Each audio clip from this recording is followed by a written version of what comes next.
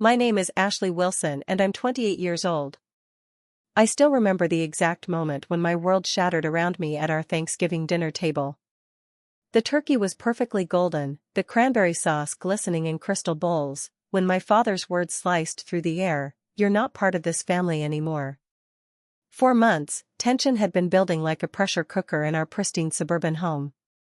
I sat frozen, fork suspended midair, as the room seemed to tilt on its axis.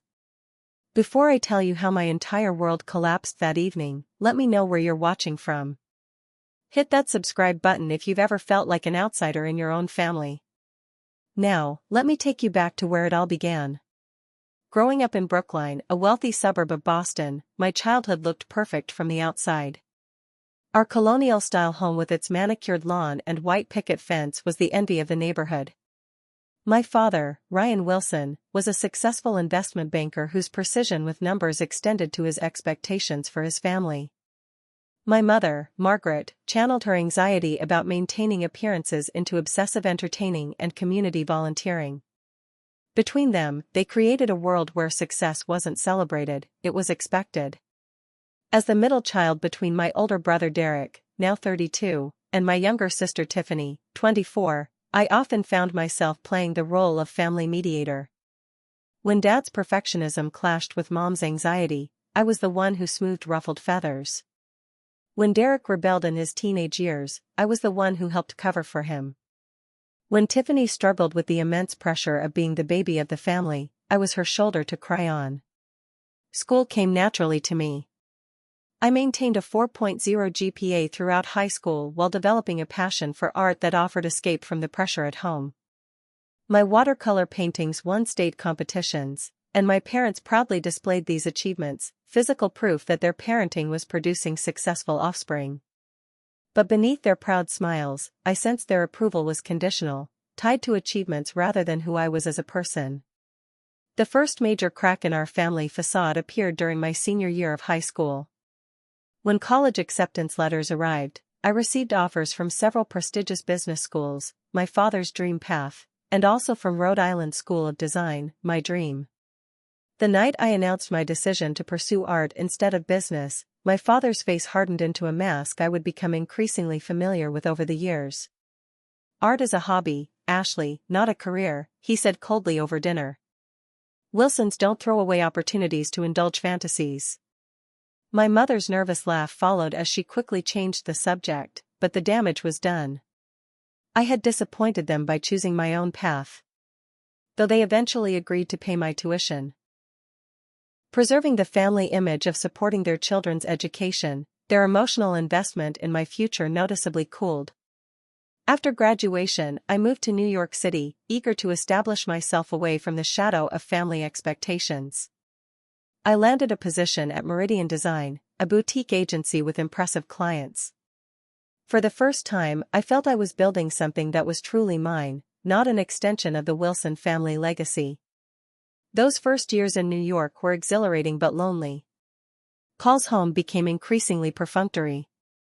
During mandatory holiday visits, conversations centered around Derek's medical career or Tiffany's perfect relationship with her college sweetheart James, while my creative achievements were acknowledged with polite but disinterested nods.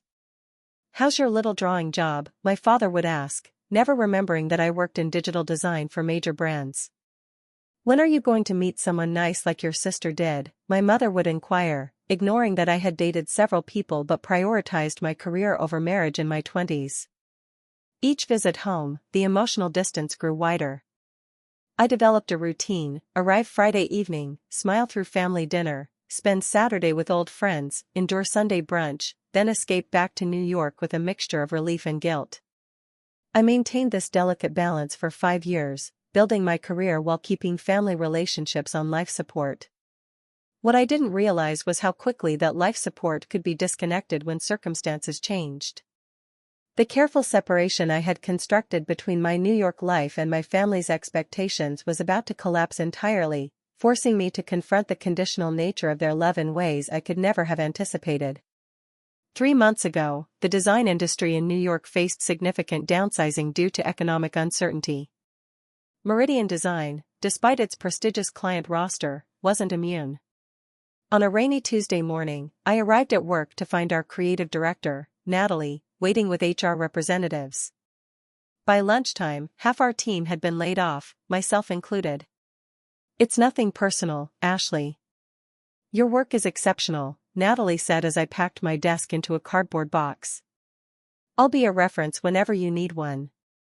My apartment in Brooklyn, while modest by most standards, came with a rent bill that suddenly seemed insurmountable without a steady income.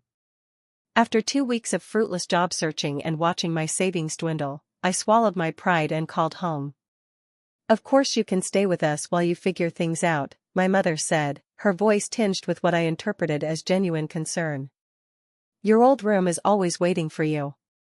The initial homecoming felt surprisingly warm. My mother had prepared my favorite meal, my father asked about potential job prospects with what seemed like interest, and even Derek dropped by with a bottle of wine to welcome me back. For a brief, hopeful moment, I thought perhaps our relationships had matured during my absence. That illusion shattered by the end of my first week home. "Have you considered that this setback might be a sign?" my father remarked over breakfast as I scrolled through job listings. "The design field is obviously unstable. It might be time to pursue something more practical." Each day brought new subtle criticisms. My mother's eyes would track my movements around the kitchen, rearranging items after I used them. My father would leave business school brochures on my bed. The guest bathroom became mysteriously occupied whenever I needed it, forcing me to use the basement half-bath with its perpetually damp floor. By week 3, the criticisms became more overt. "Your brother was established in his surgical residency by your age," my father commented during dinner. "And he never needed to move back home. Tiffany and James are already putting money down for their first house," my mother added. "They're so responsible with their finances." The daily comparisons to my siblings' successes wore me down like water dripping on stone. Derek, now a rising star neurosurgeon at Massachusetts General Hospital, had followed our father's blueprint for success without deviation. Tiffany had married her college sweetheart James immediately after graduation, secured a job as a pharmaceutical sales representative, and embodied the perfect daughter role with alarming precision. Meanwhile, my job search grew increasingly desperate. The Boston design market was saturated, and remote positions received hundreds of applications within hours of posting. Each rejection email chipped away at my already fragile confidence. The economy's downturn meant even former colleagues were struggling to find new positions. "Maybe you should consider something temporary," my mother suggested one evening. "The grocery store is hiring cashiers." The statement wasn't inherently cruel, but the implication was clear: my career had failed, and I should abandon my expertise for anything that paid. That night, I cried silently in my childhood bedroom, surrounded by swim trophies and art contest ribbons that suddenly felt like artifacts from someone else's life. As October turned to November, my depression deepened. I stopped eating meals with the family, grabbing toast or cereal when no one was in the kitchen. I took long walks around the neighborhood to avoid the suffocating atmosphere at home. When forced into family conversation, I became the quiet ghost of my former self. The morning before Thanksgiving, I offered to help with preparations, hoping productive activity might improve my mood and family relations. "Try not to mess anything up," my mother said, handing me potatoes to peel. "Everything needs to be perfect because your father invited the extended family this year." I looked up in surprise. "Everyone's coming? You didn't mention that." "Well, we couldn't exactly advertise your situation, could we?" she replied, lowering her voice though no one else was home. "We've told everyone you're just visiting for the holiday, not that you've, well, you know." I did know. Not that I'd lost my job in an industry-wide downsizing. But that I'd failed. That I was an embarrassment they needed to hide. That evening, my father confirmed that both sets of grandparents, his brother's family, and my mother's sister's family would join us for Thanksgiving dinner, 17 people in total. As he listed logistical details, I noticed he never once asked if I was comfortable with the arrangement or acknowledged that I might feel exposed having my personal setbacks potentially discussed over turkey. "Your grandmother will probably ask about your job situation," he said casually as he finished his rundown. Just keep it vague. No need to go into details about the layoff. That night, I barely slept, anxiety pulsing through my veins as I anticipated the performance I'd need to give the following day. Little did I know that Thanksgiving would become not just another family dinner to endure, but the breaking point that would permanently alter the course of my life. Thanksgiving Day arrived with picture-perfect New England charm, crisp air, golden sunshine, and trees clinging to their last few crimson leaves. Inside our house, the atmosphere was considerably less idyllic. My mother had been up since 5 a.m., her anxiety manifesting in aggressive kitchen clattering and terse instructions to anyone who entered her domain. By 4 o'clock, our dining room had transformed into a Norman Rockwell painting. The antique mahogany table stretched to accommodate all 17 guests, adorned with my mother's heirloom china, sterling silver candlesticks, and an elaborate centerpiece of autumn flowers. Each place setting featured handwritten name cards in my mother's perfect calligraphy. I noticed with a twist in my stomach that I'd been placed at the far end of the table, wedged between my 13-year-old cousin Max and my grandfather's second wife Judith, who nobody particularly enjoyed talking to. The doorbell chimed at 4:30, and the performance began. My father, suddenly transformed into the jovial host, greeted his parents with theatrical enthusiasm. My mother embraced her sister with exclamations about how long it had been, though they met for lunch twice monthly. My siblings arrived with their respective partners, Derek with his wife Samantha, Tiffany with James, each couple bearing expensive wine and professionally arranged flowers. Ashley. There's my creative niece, my Uncle Patrick boomed when he spotted me arranging cheese on a platter. Still drawing pretty pictures in the big city? Digital design, actually, I corrected with a practiced smile. But yes, still in New York. The lie slipped out easily. My mother caught my eye from across the room and gave an approving nod. I felt something shrivel inside me. Cocktail hour progressed with the predictable rhythm of family gatherings. My grandmother Eleanor asked about my romantic prospects while my cousin Alyssa detailed her recent engagement. Uncle Patrick dominated conversation with stories about his recent business triumph. Grandfather Wilson complained about politics. Through it all, I maintained my role as the helpful daughter, refreshing drinks, passing appetizers, deflecting personal questions with vague responses about exciting projects at work. When we finally sat for dinner, my father stood to carve the turkey with ceremonial precision. I'd like to propose a toast, he announced, raising his glass. To family achievements this year.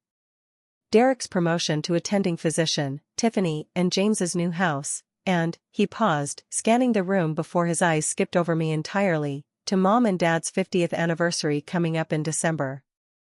The oversight wasn't accidental. As glasses clinked around the table, I took a large sip of wine, feeling its warmth spread through my chest. Dinner conversation flowed according to the Wilson family hierarchy. My father and his brother dominated with discussions of market trends. Derek shared sanitized versions of surgical triumphs. Tiffany described their house renovations in excruciating detail. I picked at my food in silence until my grandmother kindly asked about my work. Actually, I said, seizing what felt like my only opportunity to share something positive, I have an interview next week with Corsair Creative.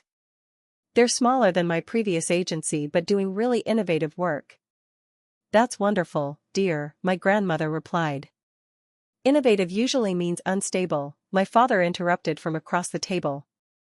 Ashley's previous innovative workplace just laid off half their staff. The table went quiet. My mother's fork froze halfway to her mouth. Ryan, my grandmother admonished softly. What? It's not a secret, is it? My father shrugged. She's been living with us for 3 months because her career choice wasn't sustainable. My Uncle Patrick leaned forward with sudden interest. You're not in New York anymore? What happened? Economic downturn, I explained, trying to keep my voice steady. The design industry was hit particularly hard. See, this is what happens when you don't build something solid, Uncle Patrick said, as if I'd just proven a long-standing point of his. If you'd gone into business like your father suggested.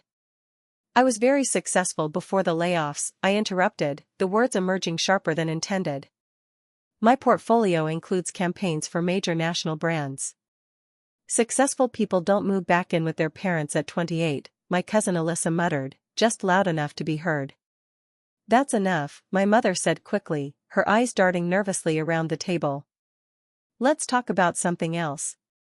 No, I think this is important, my father countered, setting down his knife with deliberate precision. Ashley needs to hear this. Her choices have consequences. My choice to work in a creative field didn't cause an economic downturn, I replied, feeling heat rise in my cheeks. Your choice to pursue an unstable career without a backup plan did cause your current situation, he shot back. Derek and Tiffany both understand family responsibility. They made practical choices. Because they wanted those paths, I said. I'm good at what I do. I've won industry awards. One setback doesn't invalidate my entire career. My father's face flushed dark red. This attitude is exactly the problem. You've always been stubborn, always thinking you know better than everyone else. Look where it's gotten you. Ryan, please, my mother interjected, her voice strained. Not at Thanksgiving. When else, Margaret? She lives under our roof, eating our food, with no prospects in sight. Just endlessly scrolling on that laptop pretending to look for jobs while rejecting perfectly good opportunities because they're beneath her. Each word struck like a physical blow. The dinner table had become a courtroom, and I was on trial before the entire extended family. My sister Tiffany studied her plate intently. Derek cleared his throat but said nothing in my defense. I've applied to over 60 positions, I said quietly. I had a second interview yesterday that went well. In your little art world? Uncle Patrick scoffed. Time to grow up, Ashley. Something inside me snapped. My little art world paid for a Manhattan apartment for 5 years. I was financially independent until a global economic situation that affected thousands of professionals. I'm not ashamed of my career. Well, maybe you should be, my father retorted, his voice rising. Maybe if you showed a little humility instead of defending choices that clearly didn't work out. That's not fair, I interrupted. Life isn't fair, he thundered, slamming his palm on the table hard enough to make the silverware jump. And I'm tired of your entitled attitude embarrassing this family. Ryan, my mother hissed, eyes darting to our relatives witnessing this implosion. No, Margaret. She needs to hear this. He turned back to me, eyes cold. If you can't respect our values and the sacrifices we've made for you, then maybe you're not really part of this family anymore. The words hung in the air like smoke. My mother's sharp intake of breath was the only sound in the suddenly silent room. My grandmother's hand flew to her mouth. Even Uncle Patrick looked uncomfortable. I sat frozen, tears forming but not falling, as the full weight of his statement settled over the elaborate Thanksgiving spread. Not just that I had disappointed them. Not just that I had failed to live up to expectations. But that their love, their very acceptance of me as family, was conditional on following their prescribed path. In that moment, something crystallized within me. The shock and pain remained, but alongside it emerged a strange, unexpected feeling that would ultimately save me, relief. The pretense had finally shattered. The conditional nature of my place in the Wilson family was now explicit, exposed before witnesses, impossible to dismiss as my imagination. As tears began to slip down my cheeks, I realized this devastating moment might actually be the beginning of something vital, the truth. For several excruciating seconds, nobody at the table moved. The only sounds were the soft classical music playing in the background and my own heartbeat thundering in my ears. I stared at my plate through gathering tears, watching as one dropped onto my barely touched turkey, creating a small dark circle in the gravy. When I finally looked up, 17 pairs of eyes were fixed on me with expressions ranging from shock to pity to uncomfortable fascination. My mother's face had drained of color. Derek stared intensely at his water glass. Only Tiffany had the decency to look genuinely distressed, her eyes wide with something like horror. I placed my napkin beside my plate and slowly stood. My hands were trembling, but my voice, when it came, was surprisingly steady. If that's how you feel, I began, then I think I should respond. Ashley, my mother interrupted, let's not make a scene. I believe a scene has already been made, Margaret, my grandmother Elaine said sharply, surprising everyone. I took a deep breath and continued. For 28 years, I've tried to be the daughter you wanted while also becoming the person I needed to be. Do you know what it's like to grow up knowing your parents' love depends on your achievements? To have your worth measured by how well you meet others' expectations? My father's jaw tightened. That's not. Please let me finish, I said, my voice growing stronger. When I was 12 and won the state art competition, you framed my painting but criticized the colors. When I graduated with honors, you asked why I hadn't given the valedictorian speech. When I landed my job at Meridian, you called it my little drawing job even after I designed campaigns seen by millions. I turned to include my siblings in my gaze. Derek, when Dad pressured you to switch from pediatrics to neurosurgery because it was more prestigious, I defended your right to choose. Tiffany, when Mom made you cry before prom because your dress wasn't sophisticated enough, I helped you fix your makeup and told you how beautiful you looked. But when it was my turn to need support, both of you stayed silent. Derek had the grace to look ashamed. Tiffany's eyes welled with tears. This family, I continued, my voice breaking slightly, has always valued appearance over authenticity. Success over happiness. Control over support. I've spent my entire adult life trying to prove my worth to you, and tonight I finally understand that nothing I achieve will ever be enough unless I surrender my identity in the process. My mother made a small, distressed sound. We've only wanted what's best for you. No, I countered gently. You've wanted what you think is best for yourselves. There's a difference. To my complete surprise, my grandmother Elaine stood up from her seat, her arthritic hands gripping the edge of the table. The girl is right, she announced, her voice wavering but determined. Ryan, you and Margaret have always been so concerned with appearances that you've missed what's important. I've watched it for years and said nothing. That ends tonight. My father looked as though he'd been slapped. Mother, you don't understand. I understand perfectly, Grandmother Elaine replied. I helped create this family dynamic, and I regret it deeply. Ashley, I'm sorry I didn't speak up sooner. The dining room erupted into chaos. Uncle Patrick began loudly defending my father while Aunt Susan argued with him. Cousin Alyssa tried to slip away to the kitchen while her younger brother Max watched with undisguised fascination. Through it all, my father and mother sat stunned, as if unable to process that their carefully orchestrated family dinner had collapsed so spectacularly. I quietly walked upstairs to my childhood bedroom and began packing my belongings with mechanical precision. The raised voices from downstairs created a surreal soundtrack as I sorted through clothes, toiletries, and the few personal items I'd brought back from New York.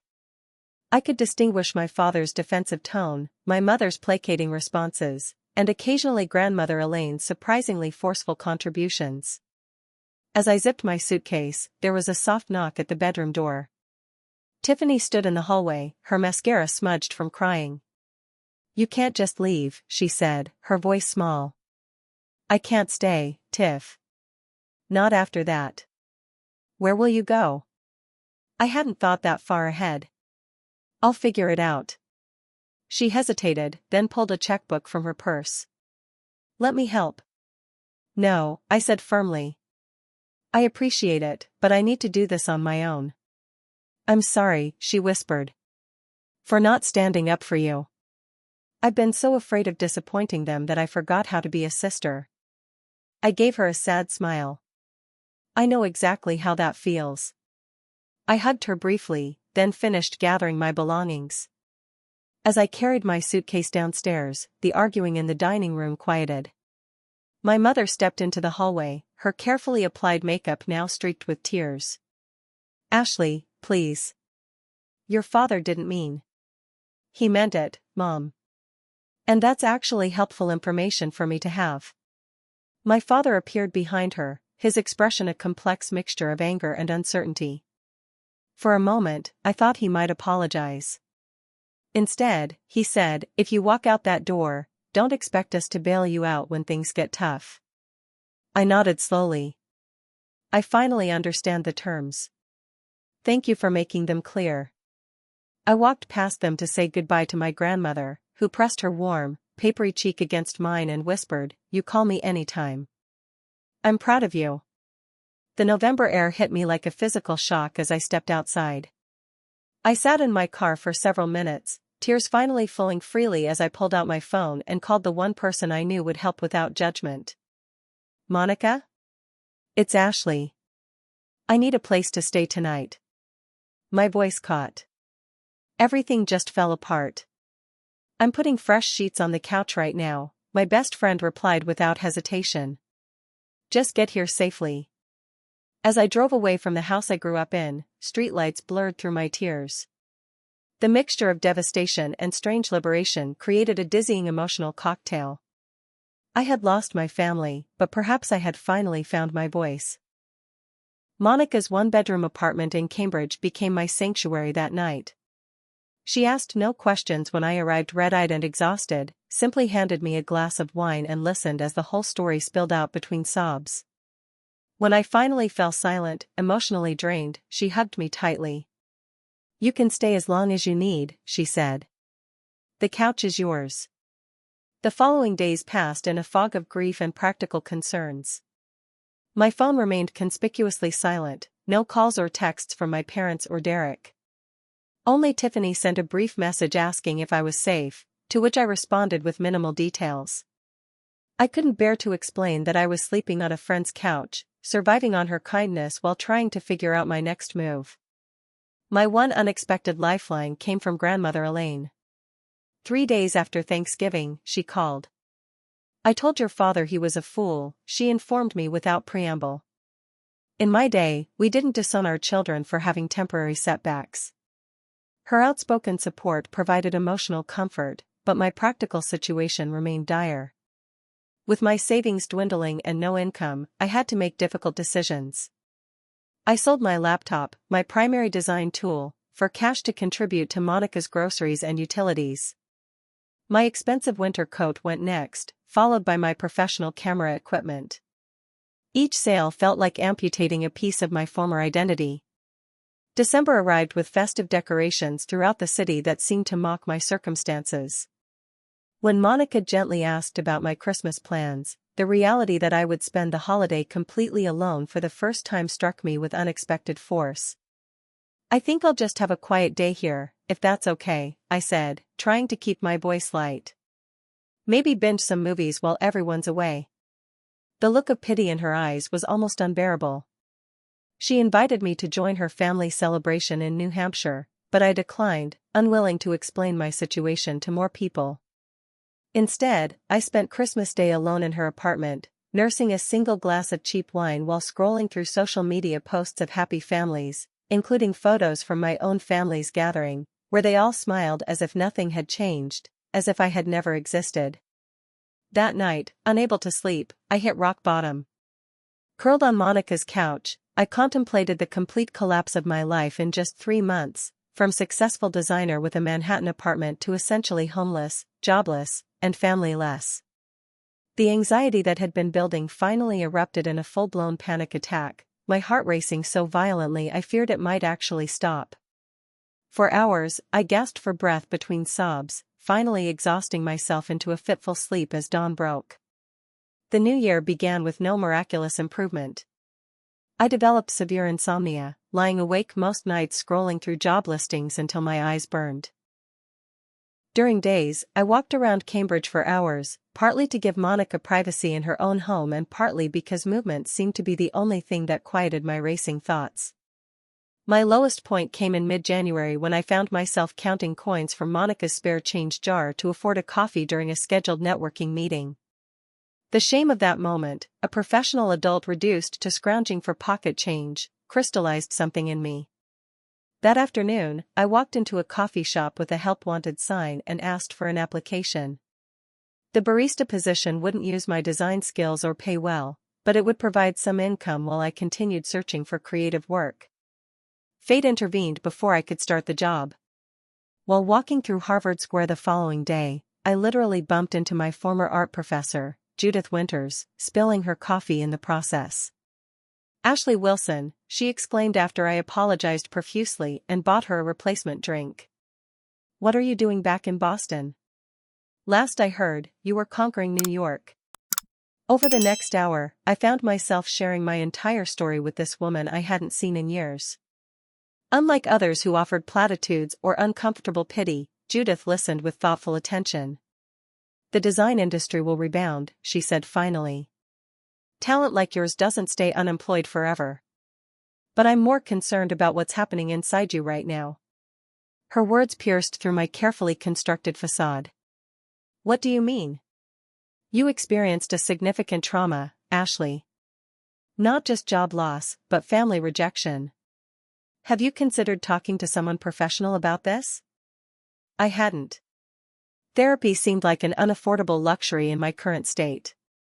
But Judith, with her typical problem-solving approach, had a solution.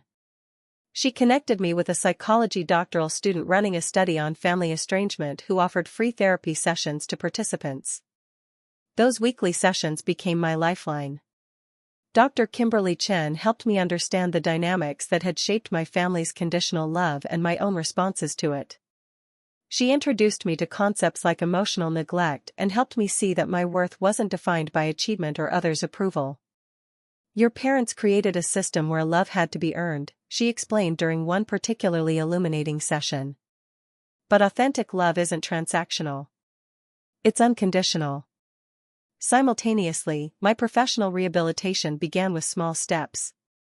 A former colleague contacted me about freelancing on a small project, just a logo design with minimal pay, but it allowed me to use my creative skills again.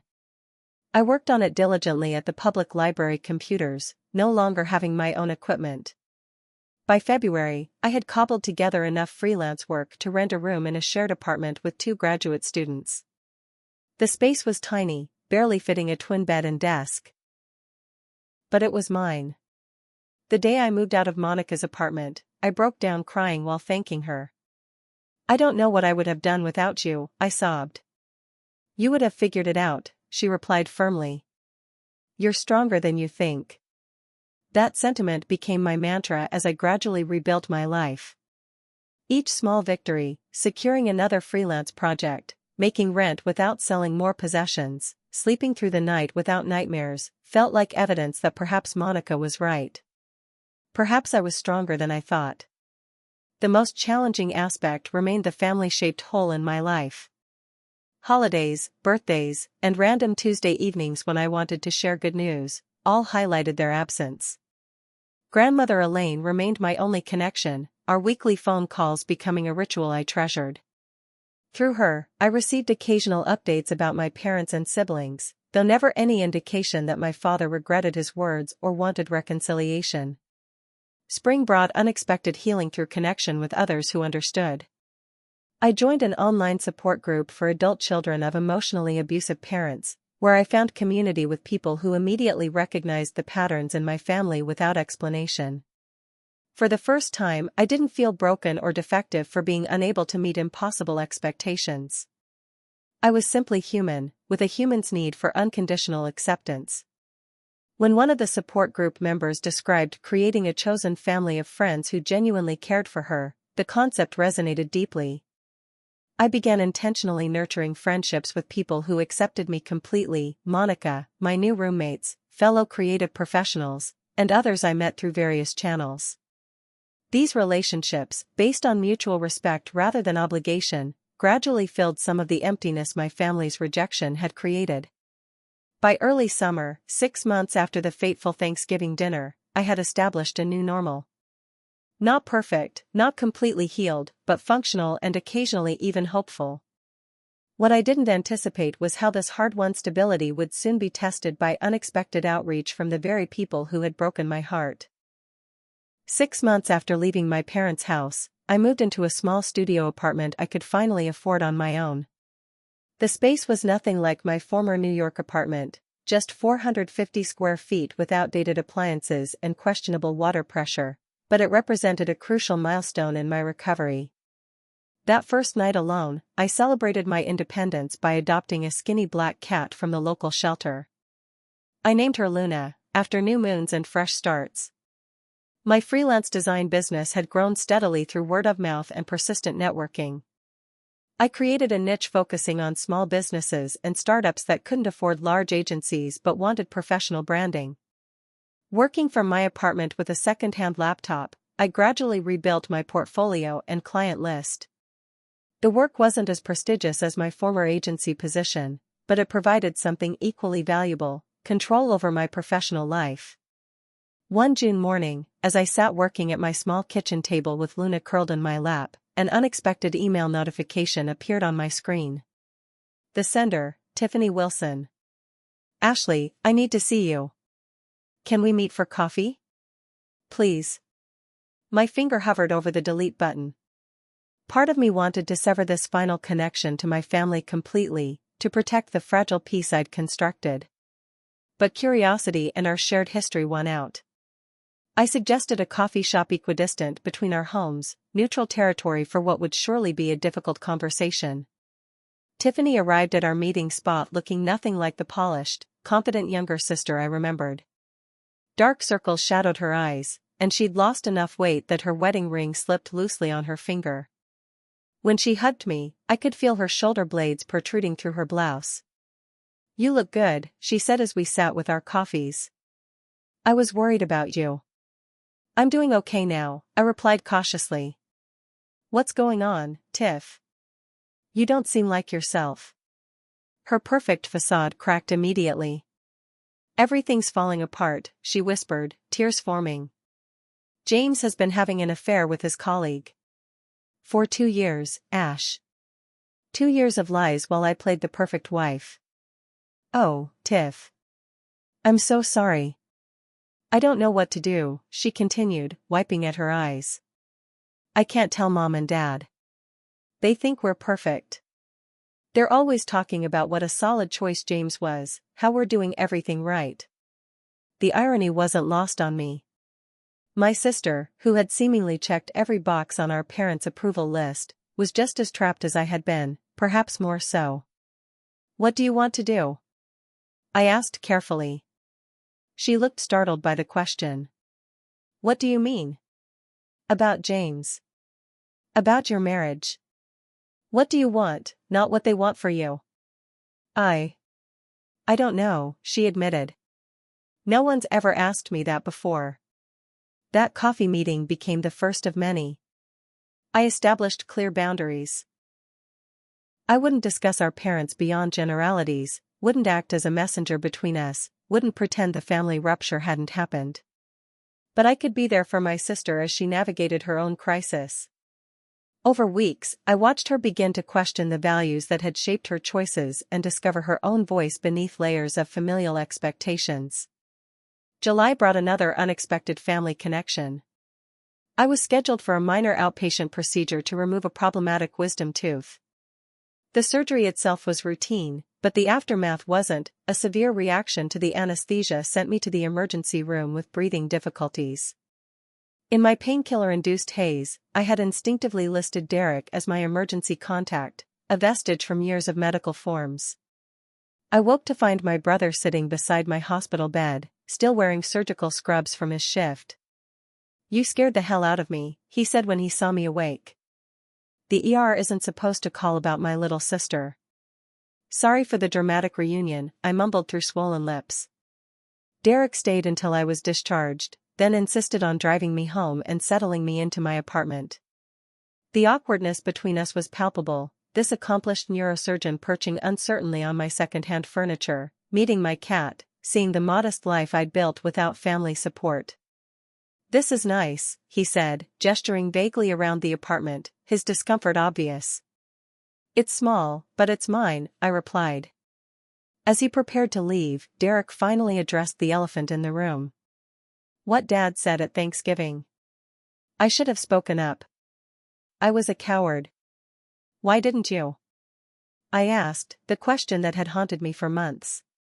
He sat back down heavily. "Because I'm a fraud, Ash. I never wanted neurosurgery. Dad pushed me into it because it was prestigious, and I wasn't strong enough to say no. Every day I walk into that hospital resenting my choices but too deep in to change course. When I saw you actually doing it, choosing your own path despite disapproval, it made me feel threatened? I suggested. Ashamed, he corrected. You had the courage I never found. That conversation marked the beginning of a tentative rebuilding between us. Derek began stopping by occasionally, bringing takeout and gradually sharing more about his complicated feelings toward our parents and his career. I learned he was in therapy too, working through similar issues from a different angle. My professional life took a significant turn in August when a small nonprofit organization hired me to redesign their entire brand identity. The project paid well enough to provide temporary stability, and their mission, supporting disadvantaged youth through arts education, resonated deeply. Working with people who measured success by positive impact rather than profit margins reminded me why I'd chosen this career path originally. With increased financial security came the opportunity to address my emotional healing more directly. I joined an in-person support group for adult children of emotionally abusive parents, where weekly meetings provided structure and community. Sharing stories with others who immediately understood the subtle manipulations and conditional love that had shaped my childhood was profoundly validating. For the first time, I didn't have to explain or justify my pain. These people recognized it because they'd lived variations of the same experience. Through this group, I met Nora, a photographer whose parents had disowned her when she came out as gay, and Marcus, whose family had ostracized him for choosing social work over the family law firm. Their friendship became cornerstone relationships in what my therapist called my chosen family, people who loved me for who I was, not for what I achieved. By early fall, I'd found enough stability to focus on creative healing. I began painting again for the first time since college, creating a series exploring themes of belonging, identity, and rebirth. The pieces were raw and imperfect, nothing like the meticulous work I did for clients, but they provided emotional release I couldn't access through words alone. My therapist suggested exhibiting the paintings as both personal closure and potential professional opportunity. With tremendous anxiety, I approached a small local gallery that featured emerging artists. To my shock, the owner Rachel not only agreed to include 3 pieces in an upcoming group show but encouraged me to attend the opening and speak about the work. The night of the exhibition, I stood beside my paintings feeling utterly exposed. The largest piece, titled Conditional, depicted a family dinner table where the chairs dissolved into smoke, representing the impermanence of relationships built on performance rather than acceptance. As visitors examined it, I overheard various interpretations. Some saw sadness, others liberation, others recognition. "This is extraordinarily brave work," said a silver-haired woman who introduced herself as a retired art professor. "You've made something universal from your personal pain. That's what art at its best accomplishes."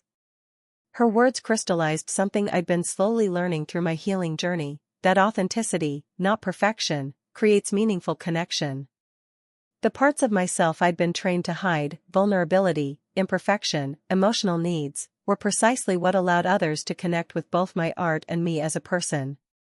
This revelation transformed not just my personal relationships but my professional approach as well. I began seeking clients whose values aligned with mine rather than chasing prestigious accounts. I established boundaries around my work, refusing projects that required unhealthy sacrifice. I learned to value my own well-being as much as external metrics of success. When grandmother Elaine called in October to say she was moving to a senior community in Boston and wanted to be closer to me, I felt strong enough to welcome this connection without fear. We established a Sunday dinner tradition that healed something in both of us. She never pressured me to reconcile with my parents but offered perspective from her longer view of family dynamics. "Your father treats you the way his father treated him," she explained one evening. "It doesn't excuse it, but might help you understand. Breaking patterns takes tremendous courage, which you've shown." Almost a year after the devastating Thanksgiving dinner, my parents finally reached out. An email from my mother appeared in my inbox, its subject line simply, "We should talk." The message itself was brief and carefully worded: your father and I would like to meet with you. Things were said that we regret. Please consider giving us a chance to make amends.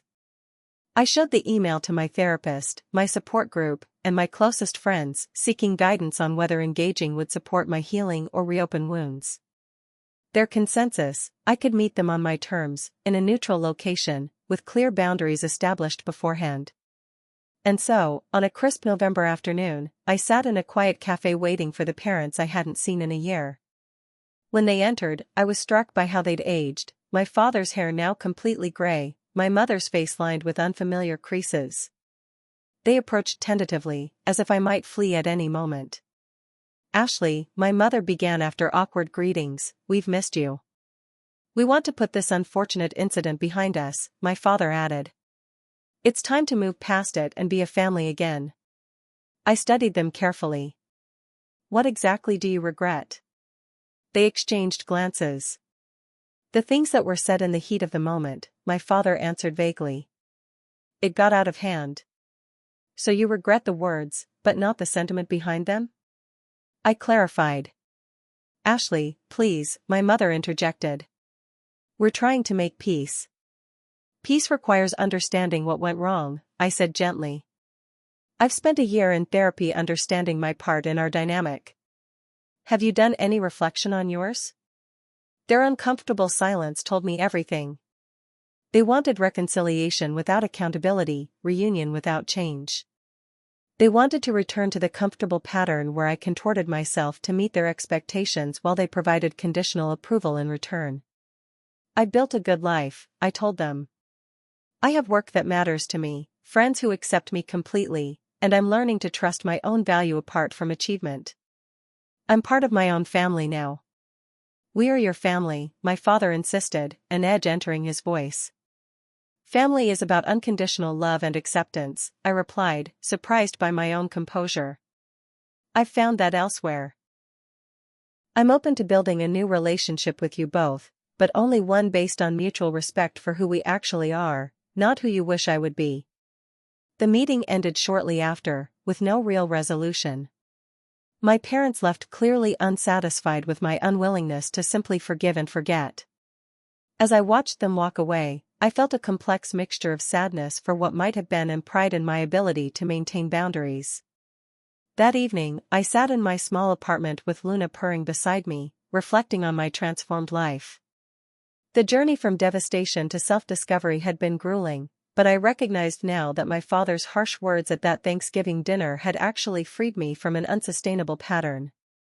By explicitly stating what had always been implicit, that family acceptance was conditional on meeting their expectations, he had inadvertently released me to build a life based on my own values instead. The wounds hadn't completely healed, and perhaps never would entirely. But in their place, something stronger had grown, an authentic self no longer dependent on external validation. I had answered my father's rejection not with desperate attempts to regain approval, but by discovering my own worth. And that, I realized, was the most powerful response possible. 2 years have passed since that fateful Thanksgiving dinner when my father's words shattered my world. If you had told me then what my life would look like now, I wouldn't have believed you. Not because it's extraordinarily glamorous or wealthy, but because it's authentically mine in a way I never thought possible. My design studio, Authentic Creative, now operates from a small but bright office space in Cambridge. I specialize in branding and digital design for nonprofit organizations and socially conscious businesses. The company's mission statement, creating visual identities that reflect genuine purpose, emerged from my own journey toward authenticity. My small team includes 2 junior designers and an administrative assistant who handles the business aspects I once found overwhelming. Last spring, I moved into a new apartment, a 1-bedroom with large windows that flood the space with natural light. Plants crowd every windowsill and surface, their greenery bringing life to rooms decorated with second-hand furniture I've lovingly restored. Luna, no longer the skinny shelter cat but now a sleek, confident feline, has her own window perch where she watches birds and passing pedestrians. This space feels like a physical manifestation of my healing, bright, nurturing, and deliberately created. My grandmother Elaine, now 87, lives just 10 minutes away in her senior community. Our Sunday dinners have expanded to include others from my chosen family, Monica and her boyfriend, fellow support group members, colleagues who've become friends. These gatherings bear no resemblance to the tense, performative family meals of my childhood. We laugh loudly, debate passionately, share vulnerabilities, and celebrate small victories with equal enthusiasm. My relationship with my siblings has evolved in unexpected ways. Tiffany eventually left James after discovering additional affairs. The divorce forced her to confront our parents' disappointment directly, an experience that fundamentally changed her understanding of conditional love. She's now pursuing a degree in counseling while working as a patient advocate at a local hospital. We meet weekly for coffee, supporting each other through continued healing. Derek and I maintain a more complicated connection. He remains entrenched in the career and lifestyle our parents mapped out, but therapy has helped him find small ways to assert authenticity within those constraints. Sometimes months pass between our conversations, but when we do connect, there's a growing honesty that feels like the foundation of a healthier relationship. As for my parents, we've established what my therapist calls detached contact. We exchange occasional emails and have met in person 3 times over the past year, always in public places with defined time limits. They've never explicitly apologized for the conditional nature of their love, but they've tacitly accepted that our relationship now exists on my terms, not theirs. The dynamic remains awkward and sometimes painful, but I no longer expect from them what they cannot give. That acceptance has been surprisingly liberating. The greatest transformation, however, has been internal. Through consistent therapy, support groups, and deliberate practice, I've learned to recognize my intrinsic worth apart from achievement. I no longer hear my father's critical voice in my head when I make decisions. I've discovered that good enough is often truly good enough. I've learned that vulnerability isn't weakness but courage. Perhaps most importantly, I've redefined what family means. Blood relation is just one way to form profound connections.